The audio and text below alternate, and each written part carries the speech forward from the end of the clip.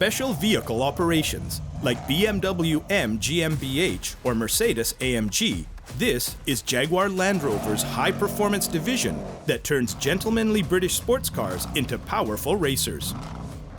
And now, the Jaguar F-Pace also carries the SV badge on its grille. The Jaguar F-Pace has evolved into its final form as a Jaguar Land Rover's SVR special vehicle racing model. I saw one of these in Monaco blast across an intersection and the sound was simply awesome. Since then, I've been really fond of this car and I've been looking forward to driving it, and today's the day. But does the F-Pace SVR have more to offer than just its powerful sound?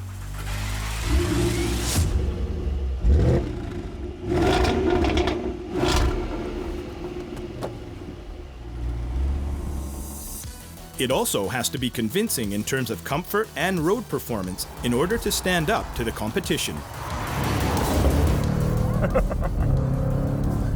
Oh boy, it's really fun to drive. So we have 405 kilowatts, and the crazy thing is just how fast this car is. It goes from 0 to 100 in 4.3 seconds. The engine comes straight from the F-Type R, which takes 4.1 seconds. That's just 0.2 of a second faster than this big SUV here. And that with a base weight of over 2 tons. Nevertheless, its competitors are even faster. The Alfa Romeo Stelvio QV goes from 0 to 100 in a mere 3.8 seconds. The visual differences between the smaller engine model and the SVR are subtle but noticeable. The additional air intakes and vents are all functional rather than aesthetic. Minimum 21-inch forged alloy wheels and a stiffer chassis, the SVR wears its power on its sleeve. The titanium quad exhaust system is almost 7 kilos lighter than the standard models. Nevertheless, the SVR is the heaviest F-Pace. That's mainly down to the massive 5-liter supercharged V8. It supplies all 4 wheels with 680 Newton-meters of torque, and if need be, a top speed of 283 kilometers per hour. The tires are warmed up. The engine is up to temperature.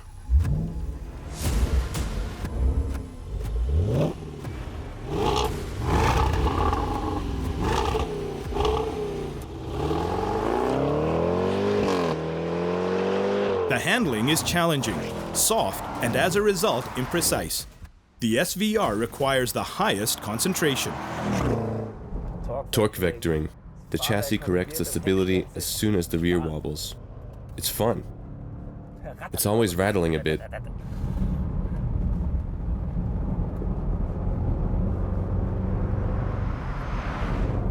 The sound. The sound is awesome. I could listen to it all day long.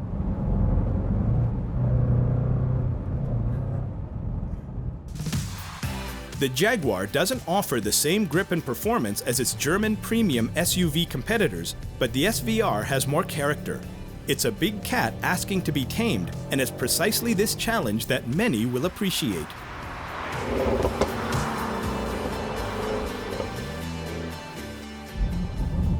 The F-Pace has been available since 2016, so the interior looks a bit older.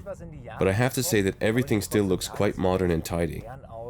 In terms of the quality of the finishing and workmanship, I would give it 9 out of 10. If you tap here, you can just about hear the plastic underneath. It's covered in leather, but it's not very thick. In a modern Mercedes or Porsche, that would be padded now. And in the center console here we have a real shifter. And as any connoisseur knows, Jaguars generally have this retractable knob which rises majestically from the center console. But Jaguar are phasing that out now due to customer feedback. The interior has a living room atmosphere. Leather as far as the eye can see. The comfortable sports seats are a real eye-catcher thanks to the touches of aluminum and SVR stitching. But the seats also have a downside. If I sit up straight, then the seat pushes into my shoulder blades a bit and it's a little uncomfortable. So the F-Pace SVR is a bit like a glass slipper, and I'm no Cinderella. So I don't really fit, but for those who do fit, it's a whole lot of fun.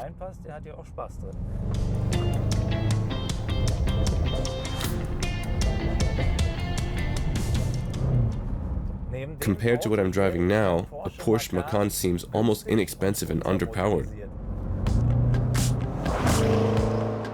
The powerful F-Pace doesn't have much competition, only the Mercedes GLC 63S. The BMW X3 M Competition and the Alfa Romeo Stelvio QV come close to the SVR's level with 375 kilowatts each.